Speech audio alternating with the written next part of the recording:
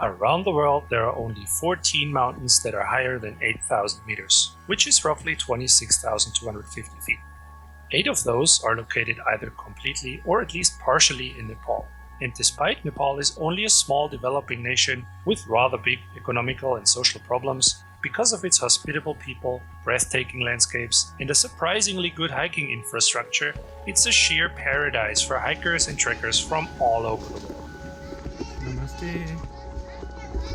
And the country is incredibly diverse too. Some of the hikes cross subtropical jungle, others deserts and semi-deserts. Some treks take you to traditional villages and densely populated hilly regions, others into extreme altitudes and right onto the roof of the world.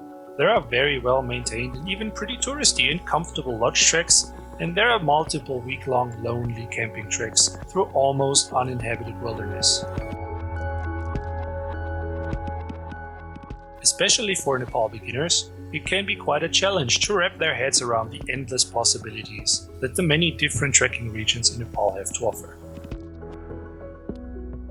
That is why we want to help you find the best places to hike in Nepal.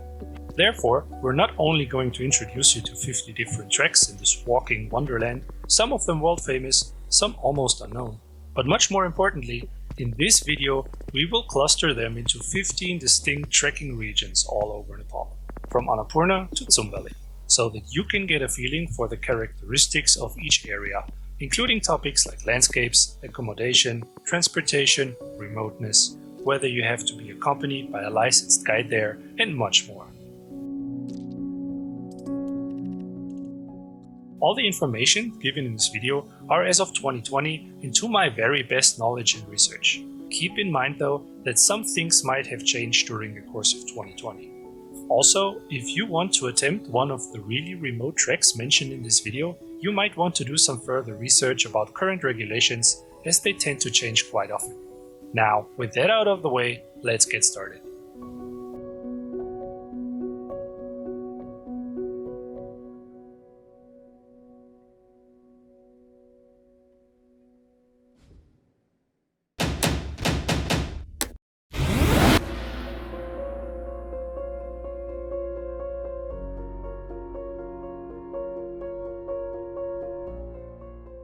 All 14 8,000 meter plus mountains can be found in Asia. 5 in the Karakoram range, which forms the western end of the Himalaya, and 9 in the main Himalaya range. Both mountain ranges developed 40 to 50 million years ago, when the Indian tectonic plate drifted north and slammed into the Eurasian plate. And right in the center of this huge collision today lies Nepal. Its 2 biggest cities are the capital Kathmandu in the center of the country, hosting its, as of 2020, single international airport called Tribhuvan International, and Pokhara, located further west on the shore of Lake Feva and hosting its second largest airport. A newly constructed international airport is supposed to open there in 2021. Other local airstrips that might come in handy for trekkers include Humla Airport in Simikot, Jumla, Dolpo Airport in Jufal, Jomsom Saleri, Lukla, Tumling Ta, and Taplejung. Now, to give you a better overview about the many different trekking options Nepal has to offer, for this video we'll split the country up into 15 trekking regions before diving into them one by one. The remote far west region, Dolpo, consisting of Lower Dolpo and Upper Inner Dolpo, the Dhaulagiri Himal, featuring the world's 7th tallest mountain, the ever-popular Annapurna range, with one of the most accessible trekking regions on its southern slopes near Pokhara, and the area around Manang and Musang north of the Annapurnas. East of the Marsyangni River, you'll find the Manaslu range, featuring the world's 8th highest peak, Ganesh Himal further east, and Langtang Himal, one of the most well-known trekking areas in the Himalaya, east of Ganesh. The relatively little visited Rolwaling Himal separates the Langtang range from the Khumbu region, where you can not only find the highest mountain in the world, Mount Everest, but also 4 of the highest 6, including Lhotse, Makalu, and Cho'uyu. We split the region up into a southern and a northern part, as well as the Makalu Barun National Park in the east of the area. That national park's border is the Arun River, which forms a huge valley separating the Khumbu from the easternmost range in Nepal, the Kanchenjunga Himal, with the world's third highest peak. The far western part of Nepal is also the area that sees by far the smallest amount of tourists. All the treks here are extremely remote and still real adventures compared to the more famous treks near Annapurna and Everest. Airstrips are in Simikot and Jumla. In the south, there is a road connection in Kokuleshwar. Depending on when you watch this video, there's a good chance that the dirt roads now reach further up into the mountains. The highest mountains in the area are Api and Saipal. Apart from these mountains, the biggest tourist attraction might be Rara Lake, the largest and deepest lake in all of Nepal. Some of the most popular hiking trails include the one from Kokuleshwar to Api Base Camp and back, the Limi Valley Circuit Track, best started in Simikot, and the trail between Simikot and Jumla. If you want to trek to the sacred Kailash mountain in Tibet from Nepal, you'll also cross this region here. The most popular trek in western Nepal might be the Rara Lake circuit near Jumla. For all treks in the area, camping equipment and a licensed guide are either compulsory or at least highly recommended. A little more talked about, but hardly more visited, is the Dolpo region. This area, described in Mathiesen's bestseller The Snow Leopard, is characterized by Tibetan Buddhism, ancient Bon rituals, high passes, and a general remoteness from the west of Nepal. The largest part of Dolpo is tucked away behind a barrier formed by the Kanchenjunga Himal range and the Dhaulagiri Himal. Both ranges are pretty much inaccessible and almost uninhabited. The most important airstrips in the area are the Jumla Airport in the west and Dolpo Airport in Jufal. There are basically no roads in Dolpo worth mentioning. The closest major road connections are in Beni and Jomsom. Dolpo can be divided in a lower and an upper or inner part. Lower Dolpo is a bit more accessible than Inner Dolpo. The most important trails run between Jumla and Jufal, and from Jufal to the most popular tourist attraction of the region, mind-blowingly beautiful Foksumdu Lake. There is also a circuit trek from the lake across Numalala and back towards Jufal, southwards around the mountains, and the main trail between Jufal and the road access point in Beni. There seems to be some tea houses now around Foksumdu Lake, but in the whole Dolpo region, camping equipment and a licensed guide are either compulsory or very much recommended. Inner Dolpo is one of the most remote places in Nepal. It's located north of the main Himalaya range, sitting on the Tibetan plateau, and also culturally way closer to Tibet than to the rest of Nepal. The most important settlement, also for tourists, is Gompa. The most important trails here connect Jufal to Shey via Foksumdu Lake and Shey to Jomsom east of Dolpo via Dotarap or Shimen and Tinche. For the long and adventurous trek through all of Dolpo, from Jufal to Foksumdu, Shey, Dotarap and Jomsom, you might need 30 days or more. Camping equipment and a licensed guide are absolutely necessary. Between Dolpo and the further developed center of the country rises the Dhaulagiri Himal, more than 8,100 meters. The most important trekking trail in this Himalayan subrange is the Dhaulagiri circuit from Beni to the area around Jomsom, across French Pass and Hidden Valley. A long and lonely camping trek along the northern slopes of the world's 7th highest mountain. The Ghandaki Valley, which, depending on your definition of a gorge, might be the deepest gorge in the world, divides Dhaulagiri and Annapurna Himal. Both 8,000 peaks are just 34 kilometers or 21 miles apart from each other, while the valley floor in between is at just 2,000 meters of altitude. The area around the Annapurnas is one of the most popular trekking areas in the world. South of Annapurna and very near to the large city of Pokhara is a huge and incredibly well-developed trail network. All treks in this region can be done without tents or guides and can be combined with each other just as you wish. In the southeast, the Mardi Himal trek leads you up to a ridge towards Machapuchare, the famous fishtail mountain. A little northeast of there, the very popular ABC trail takes you up to Annapurna Base Camp, just below the 4,000 meter high south face of the world's 10th highest peak. The easy trails crisscrossing the range's southern slopes between the Poon Hill viewpoint and beautiful villages such as Gandruk and Dandruk are amongst the most hiked ones in Nepal. The village of Chinu Danda offers natural hot springs for the visitors to bathe in. With similar views, but not nearly as crowded as Poon Hill, Mohare Danda is an increasingly popular viewpoint. In the west, there is the Kopra Danda trek, leading to a lake right below the Annapurnas and offering spectacular views over the Ghandaki Gorge and Dhaulagiri's majestic ice pyramid. The most popular trail here, and in fact one of the most famous hikes in the world, is the Annapurna circuit. The standard version will take about 20 days. It starts in Besi Sahar, winds up the Langtang Valley to the Manang area, crosses the over 5,400 meter or nearly 18,000 feet high Torongla Pass, and descends down the Ghandaki Valley towards the southern slopes of the Annapurnas, where you can seamlessly connect to one of the treks we just showed you before. We have to add that in the last couple of years many roads were built in the region, also alongside and sadly sometimes replacing the hiking trails, which consistently hurts the Annapurna circuit's reputation. If you would like to know the current situation there, please watch our Annapurna circuit trek report from fall 2019 right here on this channel.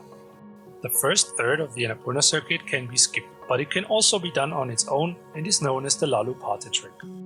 At the village of Koto, you can branch off northwards to the valley of Nar and Fu. If you fancy, you can reconnect with the Annapurna circuit by crossing the 5,300 meter high Kangla. This valley requires a guide and a special permit.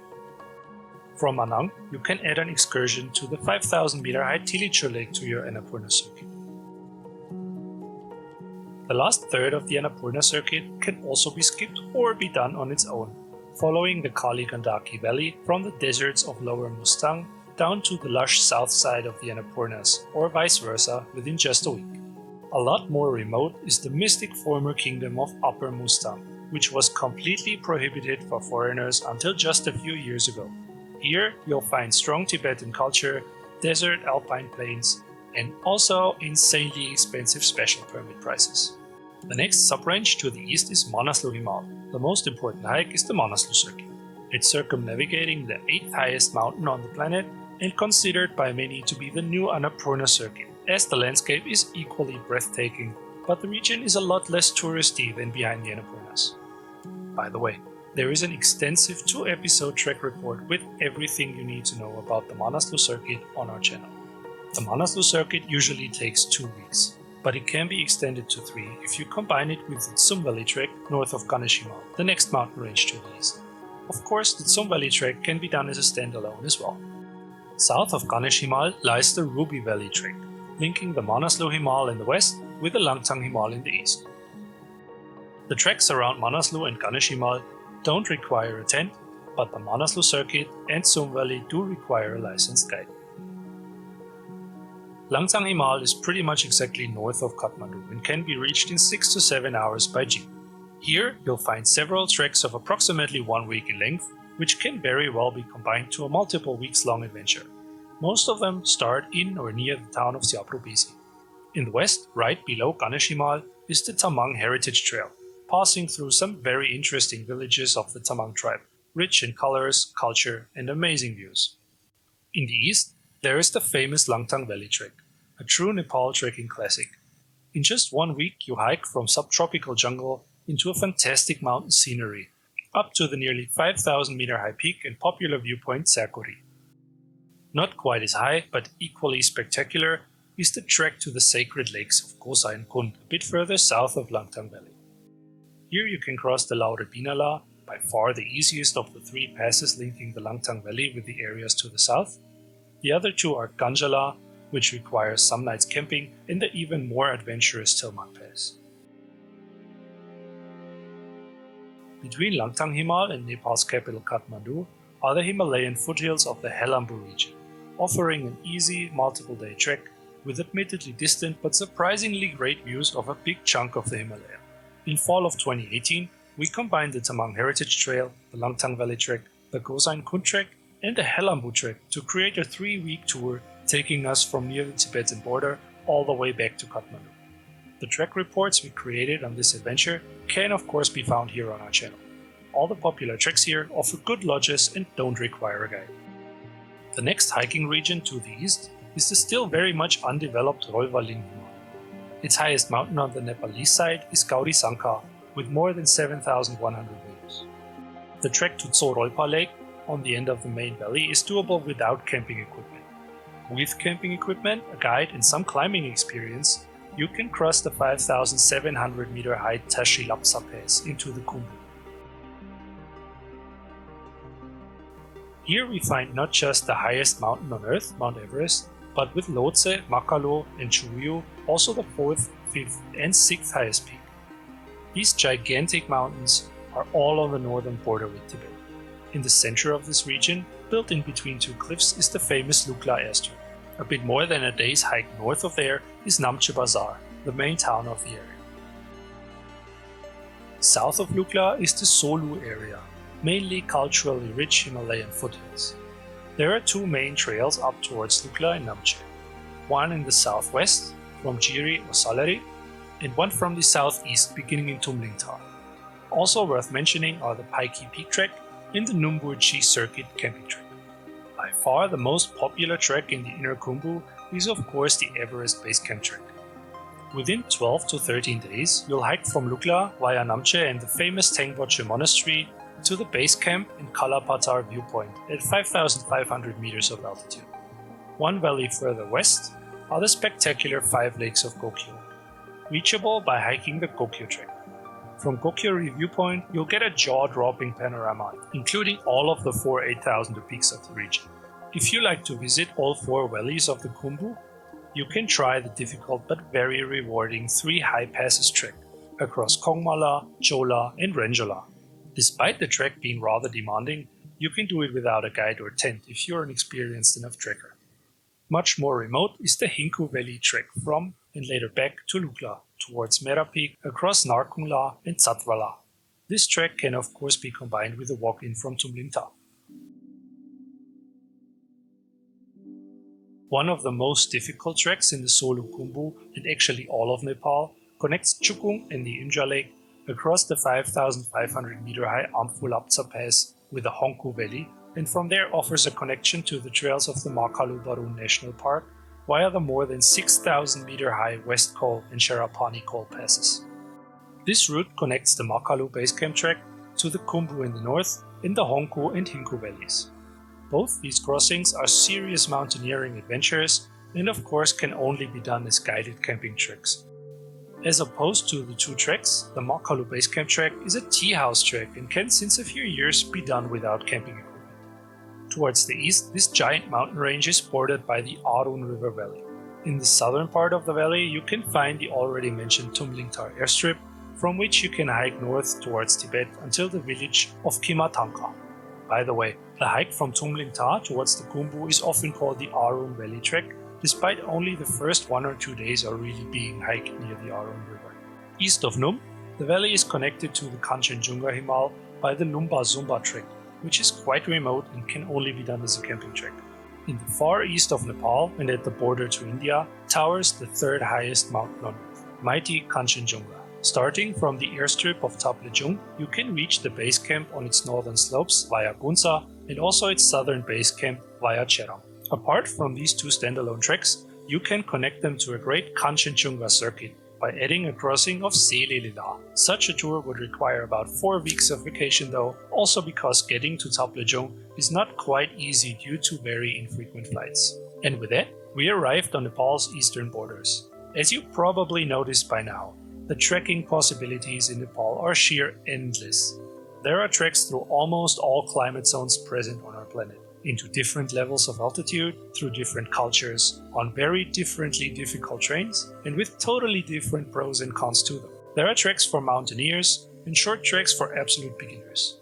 Treks from lodge to lodge and from apple pie to apple pie, and there are multiple week-long treks through uninhabited wilderness. Did you already visit one or more of these regions? If so, which ones did you like best? Do you maybe have useful hints and tips for us? Or did I forget to mention something important? And where would you like to go next? Please let us know in the comment section below. And in case you now discovered some regions you might want to visit in the future, but you're not quite sure which of the treks there you will want to try, we will take a much more detailed look at Nepal's favorite and most beautiful lodge and tea house treks in our next videos. If you're interested in that, make sure to subscribe to our channel and activate the notifications by pressing the bell button. Subscribing is of course completely free. Doing so only makes YouTube send you a message whenever we have a new video for you. We'd really appreciate if you did. So see you guys and girls next time when we stare at mountains.